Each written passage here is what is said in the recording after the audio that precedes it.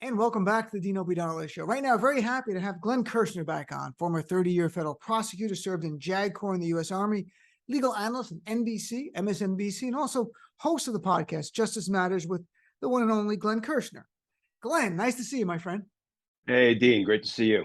So, Glenn, just the sheer enjoyment of Steve Bannon being indicted really brought a smile to my face this week. And not that I enjoy the trials and tribulations of others, but he's especially a scumbag. I have to be honest with you. First of all, just your reaction to the state charging him now after Donald Trump pardoned him for essentially the same conduct. Yeah, listen, justice better late than never, I guess. And he looked a little rough when I saw him walking into court. He kind of looked like he was three shirts to the wind. But I'm bummed. So here's what, Dean, I will forever find astonishing, right? Steve Bannon stole from Donald Trump's supporters with a bogus We Build the Wall Foundation. And when Donald Trump found out, what did he say? He said, you know what, Steve? All good. I got you. I'm going to pardon you. Now, what we don't know, Dean, and this is not just a smart alecky question, what we don't know is what did Bannon do with the money? Because there's no indication he was made to return it, to the people from whom he stole it. Did he split the proceeds with Trump? Would we be surprised if he did? I would be surprised if Donald Trump didn't get a cut of what Steve Bannon stole from his supporters. So, but here we are. We've got a second shot at justice for the crimes of Steve Bannon. And, looking through the 25 count indictment, it looks pretty darn strong. It looks like he's facing upwards of 15 years in prison. They have some written communications. They have, I believe, some cooperating witnesses because he has co-defendants. We don't know how many of them might be cooperating, but it looks like one or more of them are. So, he's dead and stinking. I mean, he's going to be convicted, assuming Alvin Bragg stays the course, because I was a little surprised after Manhattan District Attorney Alvin Bragg killed the criminal case into Donald Trump over the vehement objections from his career prosecutors who said, but wait a minute, boss, we have enough to indict and convict. Bragg, for whatever reason, said, nah, I'm not feeling a prosecution against Donald Trump. And then he gave the farm away to Alan Weisselberg, Trump's chief financial officer, in a sweetheart plea deal that should never have been extended. But you know what? At least he's going after Steve Bannon. Do you think there's a potential where, with even DOJ, Fulton County here, that they charge everybody around Trump, but not Donald Trump himself because of whatever concerns, precedent? I don't think they're concerned about violence, honestly, but that it could be what it could mean for the country in a bigger sense. Is that a scenario? Not that we both think Donald Trump committed crimes. We know that. But do you think we could see that Giuliani getting indicted, John Eastman, Trump's lawyer, getting indicted, other people, maybe even Mark Meadows getting indicted, and not Donald Trump ultimately, but everyone else around him? I can't conceive of an America that has failed to learn from its mistakes.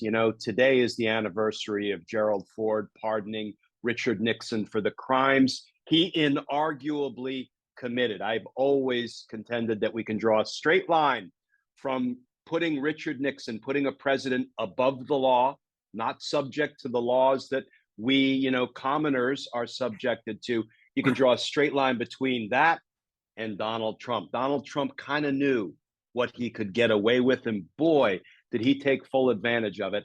I can't conceive of an America in which we don't learn from the lessons of our past and hold Donald Trump accountable. I agree, and that's my hope as well. I'm talking with Glenn Kirschner. So, Glenn, this is a very evidentiary question, sort of inside the world of law, but I think it's important because it's come up on my show. In the trial, if there's a trial of Steve Bannon, there's no plea deal. Can they introduce the fact that he was charged in federal court before? And can they introduce the fact, and I mean the prosecution, that he was pardoned by Donald Trump? They can, if the judge rules they can. That is the answer to the question. But let's kind of drill down a little bit. They probably, listen, the Supreme Court in 1915, in the case of Burdick versus United States, said that a pardon carries with it an imputation of guilt, And accepting a pardon is some confession of guilt.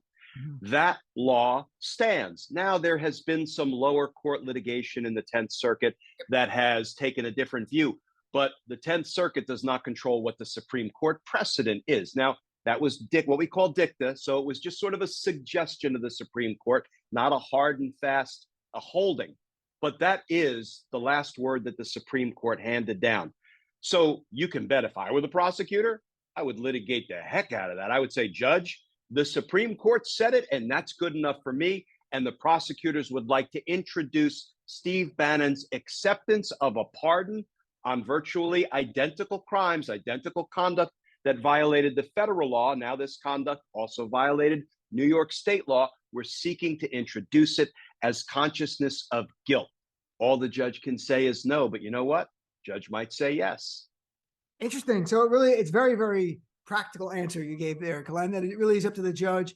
And, yesterday on my show, I covered that 10th Circuit opinion and how it was very interesting that there's not been a lot of law on pardons and what they mean. Do you impute any kind of guilt? And I think that the best argument to say that it's fact specific is ultimately that the court actually went through the facts, is that you can get a pardon and not even been charged yet.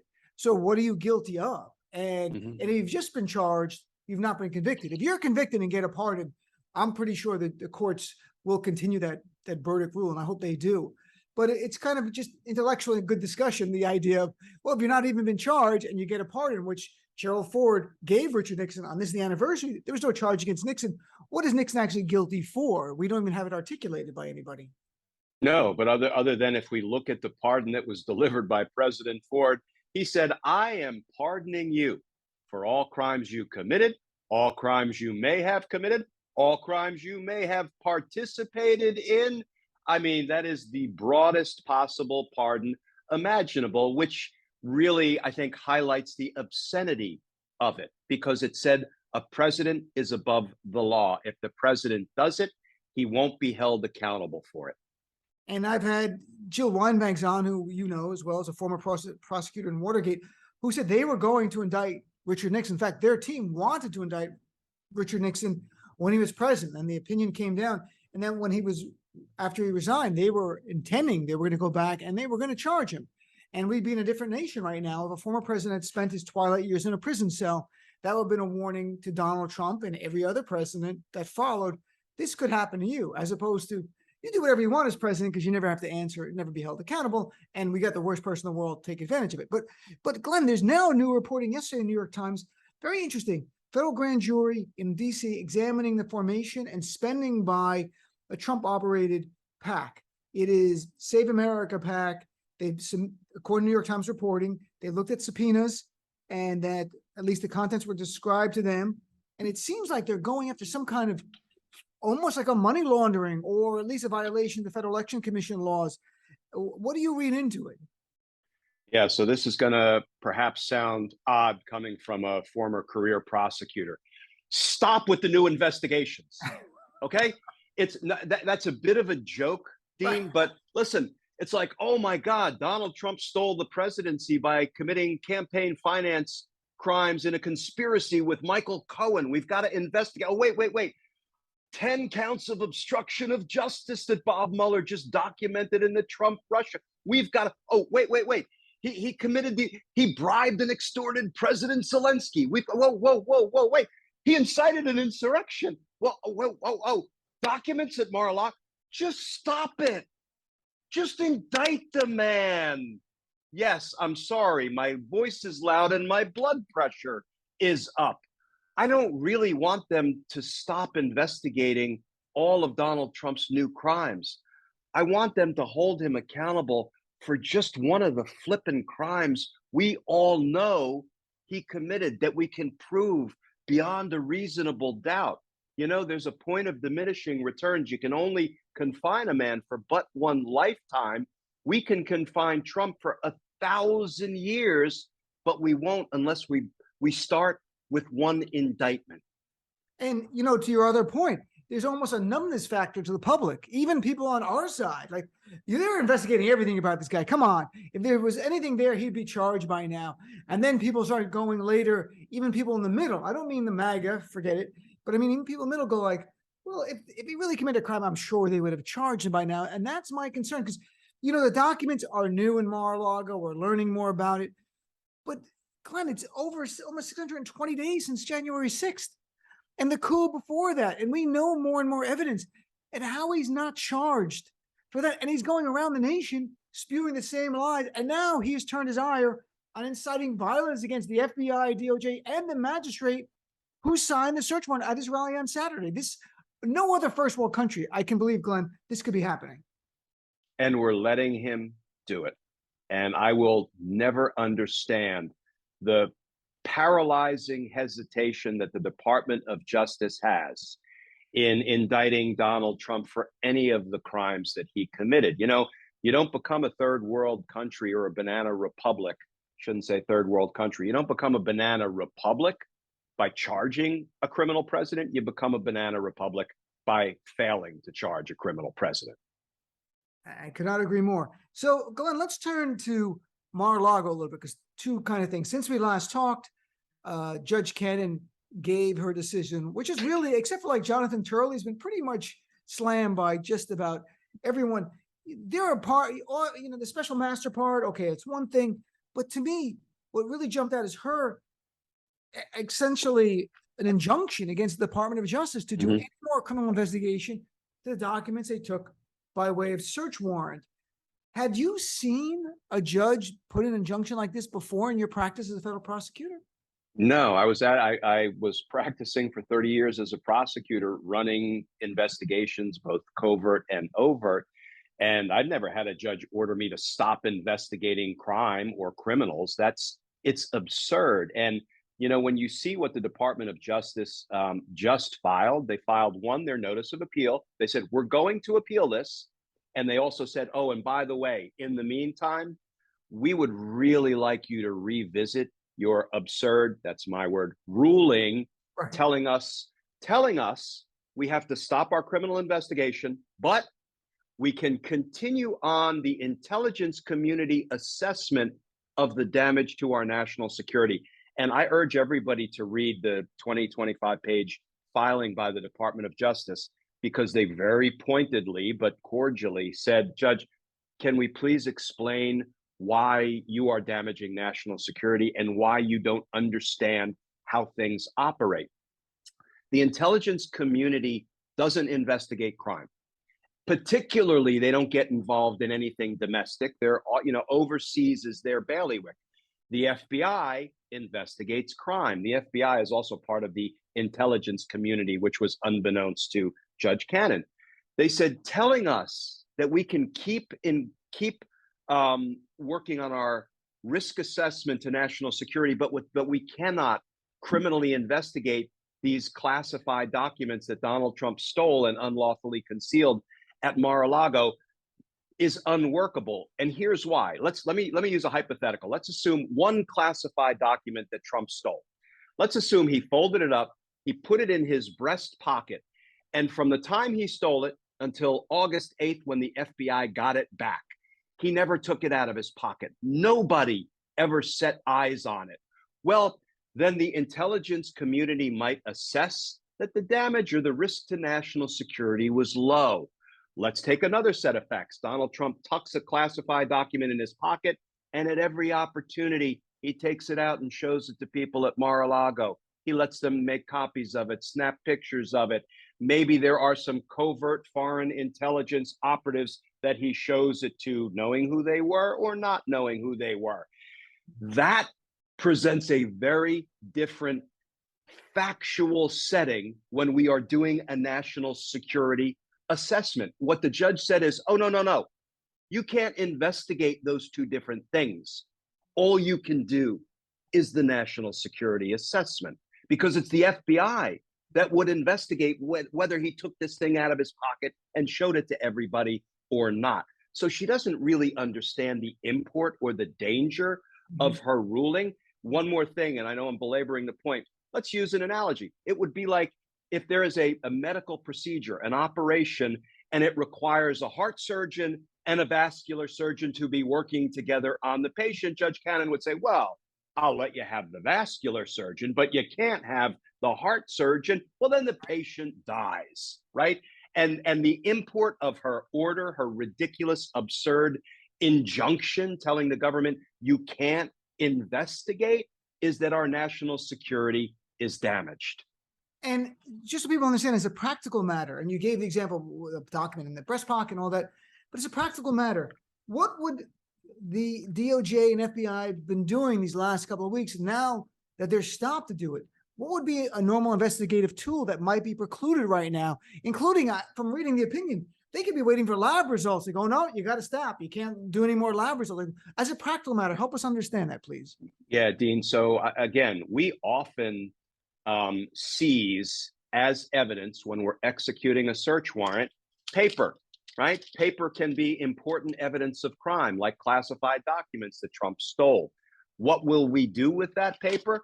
We will promptly send it out for forensic testing, for latent fingerprint examination to see if we can prove who touched that document, for DNA testing to see whose epithelial cells, whose skin cells are on that document.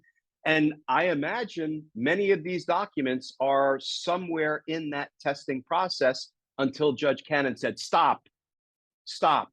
So what do? We stop mid-testing. Here's the other thing. When we seized all these documents, you know what the prosecutors did? I can promise you, they started subpoenaing people that they need to investigate who might have had exposure to these documents.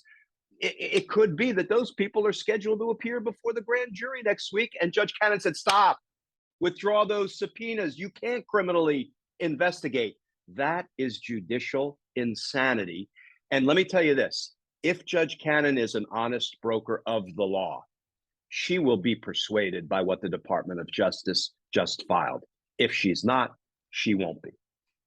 I mean, does it trouble you? You were a prosecutor. I don't know, when you were appearing before judges, did you have to look up who appointed this person and not? Was that even in your mindsets? But now, because of the Trump world we lived through, where everyone was an Obama judge or whatever, he would attack them, that we live in this world where I look at who appointed them. And the fact that Trump appointed Judge Cannon just 2 years ago, and she's young. This is someone who's ambitious in the courts, who clearly, like all younger judges, wants to move up. I'm worrying this like judicial idol, like she's auditioning for, it could be Trump. He could win. Like, think about this. Not only did he appoint her, now if he were to win in 2024, he can reward her personally. How she was allowed, I don't understand. It's not good for our confidence in the judiciary. Forget who's involved. Overall, we are losing faith in institutions, and that helps the anti-democratic activists in MAGA. They want you all to give up on all of this. And that's what really worries me about her. She's helped usher in on the left, people going like, see, our whole judiciary is BS. You see this? And that really concerns me. Yeah, Dean, and again, in my 30 years, I practiced before a lot of judges. And because I was in DC as a federal prosecutor, we have a unique jurisdiction in DC. We do all of the federal prosecuting with all the federal judges. We do all of the local prosecuting. We bring 12 to 14,000 prosecutions every year. So that's why I was in court working cases constantly, trying murder case after murder case, rape, arson, you name it. And what's unique about DC is all of the local judges in the DC Superior Court are appointed by the President of the United States, because DC is not a state. They don't have a governor. They don't.